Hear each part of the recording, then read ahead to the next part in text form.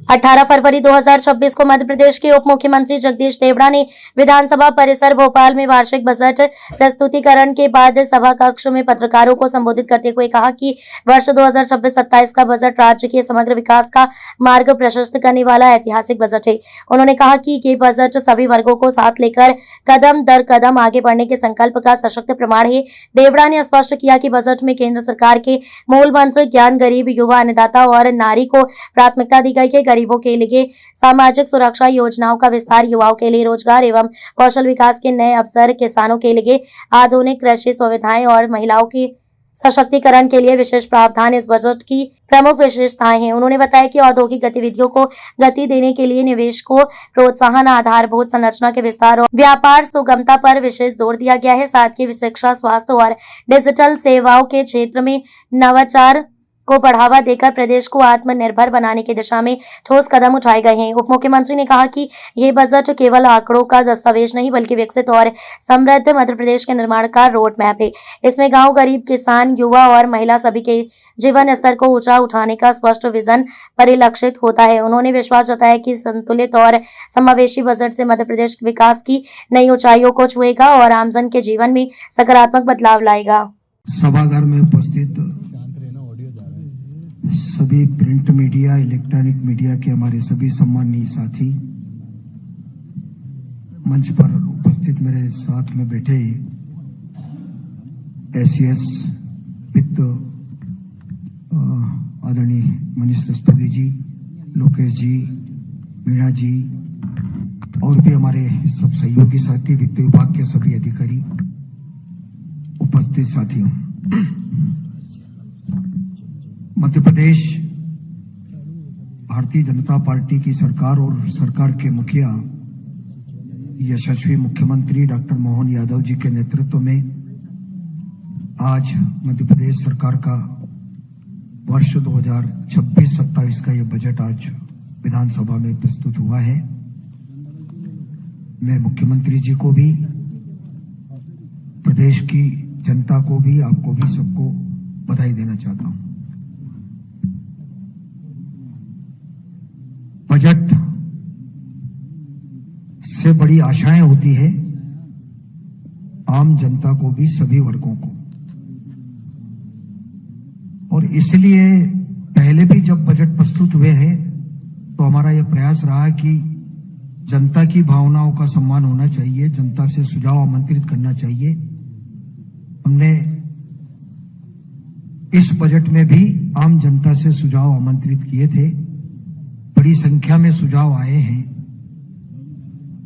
और विषय विशेषज्ञों से भी हमने बजट पूर्व संवाद का कार्यक्रम किया था, जिसमें प्रबुद्ध जनों को हमने आमंत्रित किए थे, विषय विशेषज्ञों को किए थे। उसमें भी काफी बड़ी संख्या में महानुभाव आए थे। बहुत ही अच्छे सुझाव कि आने वाला बजट मध्य प्रदेश का जो आ रहा है, जो आज प्रस्तुत किया है, कैसा होना चाहिए, किन बातों का ध्यान रखा जाना चाहिए, किन किन लोगों के लिए क्या किया जाए, क्या बेहतर हो सकता है, सुझाव आए। निश्चित रूप से हमारा भी ये प्रयास रहा है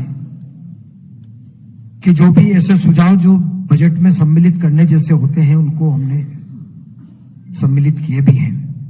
मैं वित्त विभाग के हमारे सभी प्रमुख अधिकारियों का भी मैं इस अवसर पर आपके सामने धन्यवाद करना चाहूंगा कि बहुत ही लंबे समय से अथक प्रयास करके, परिश्रम करके बजट को तैयार किया है और सबकी भावनाओं का सम्मान हो, प्रदेश विकसित मध्य प्रदेश बने, यशस्वी प्रधानमंत्री नरेंद्र मोदी जी के संकल्प को पूरा करने में अहम भूमिका हो, विकसित भारत, आत्मनिर्भर भारत, इन सब बातों का समावेश करते हुए सबका साथ, सबका विकास, सारी बातों का ध्यान रखते हुए बजट बनाया है और आज बजट हमने प्रस्तुत किया है।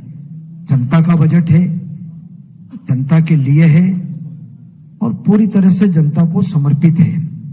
और मुझे कहते हुए खुशी भी है कि पिछले वर्ष को उद्योग वर्ष के रूप में घोषित किया था, लेकिन इस बार माननीय मुख्यमंत्री जी ने, सरकार ने किसान कल्याण वर्ष के रूप में भी घोषित किया है।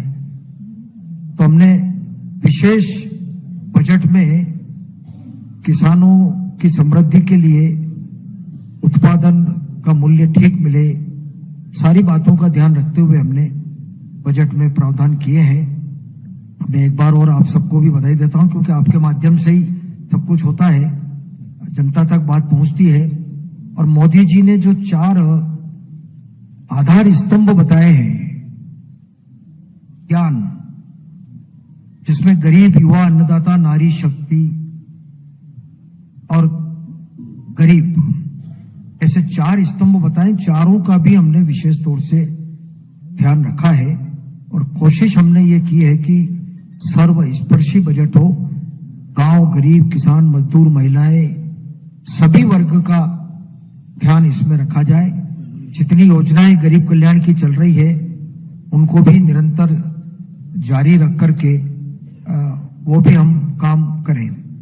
एक और प्रयास हमारे विभाग के सारे अधिकारियों ने भी बड़े परिश्रम के साथ में, पिछली बार भी हमने 0 बजट के हिसाब से रखा था और अभी इसको रोलिंग बजट के हिसाब से प्रक्रिया का हमने पालन किया है कि आने वाले 26, 27, 27, 28, 28, 29 आने वाले वर्षों में भी प्रदेश के विकास में क्या हो सकता है, कहां कहां कैसा डेवलपमेंट हो, कौन सी योजनाएं रखी जाए, क्या किया जाए 2047 को दृष्टिगत रखते हुए, तो उसका भी हमने इसमें पूरा ध्यान रखा है। लेकिन आपको पता है कि आज जो बजट प्रस्तुत हुआ है उसमें पिछला जो बजट हुआ था वो 4,21,000 करोड़ का था, आपको पता है, उसको साहित्य आपके पास है।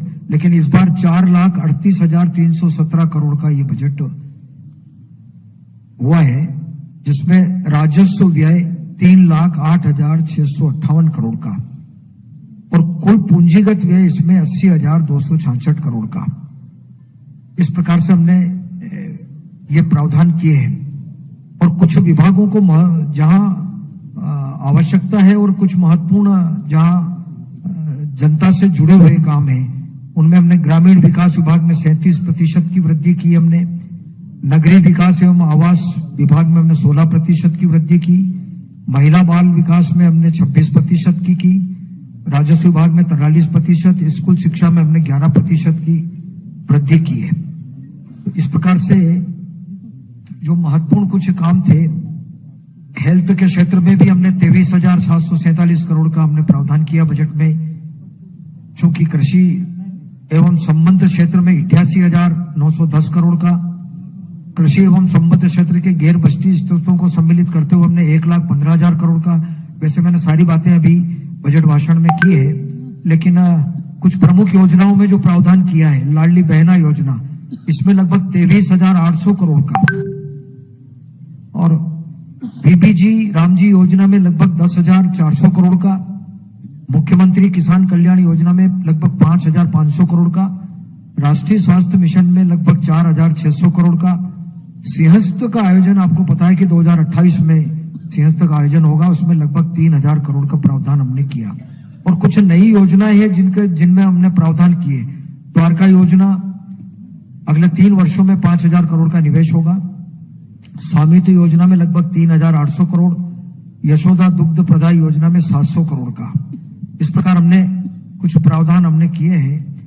बाकी पूरा विस्तार से आपको साहित्य मुझे लगता है कि उपलब्ध है। अनुसूचित जाति जनजाति वर्ग के लिए भी हमने 1,83,708 करोड़, ऐसा कुल मिलाकर के 47,428 करोड़, और अनुसूचित जाति में 31,192 करोड़, इस प्रकार हमने प्रावधान किए हैं। लेकिन विशेष तौर से मैं थोड़ा सा ध्यान आकर्षित करूंगा आपका कि किसान कल्याण वर्ष जो घोषित किया है, तो विशेष तौर से हमने कैसे किसान कल्याण के बारे में विचार किया है। तो 2000 ये जो उत्पादन एवं उत्पादकता वृद्धि हेतु 28,158 करोड़ का प्रावधान किया गया, जिसमें आधुनिक तकनीक और अनुसंधान को बढ़ावा मिलेगा। आदान व्यवस्था मजबूत करने हेतु 64,995 करोड़ का निवेश किया गया है, जिसमें बीज, उपकरण, सिंचाई और ऊर्जा सुविधाओं का विस्तार। उपज का बेहतर मूल्य दिलाने हेतु 8,091 करोड़ का। सुरक्षा चक्र के लिए हमने 13,769 करोड़ का, जिसमें फसल बीमा, राहत राशि, कल्याण योजनाएं सम्मिलित है। यह बजट किसानों को आत्मनिर्भर बनाने और समृद्ध मध्य प्रदेश के 2047 के विजन को साकार करने की दिशा में एक ठोस कदम है। तो साथियों, पूरे विस्तार से तो अभी बजट भाषण में मैंने सब कुछ आंकड़े दिए हैं और साहित्य भी आपको उपलब्ध करवाया है। मुझे लगता है कि जो कुछ बेहतर हो सकता प्रदेश के लिए, विकास के लिए, प्रदेश आगे बढ़े हमारा और सभी दृष्टि से आगे बढ़े, उसके लिए हमने हर संभव प्रयास किया है।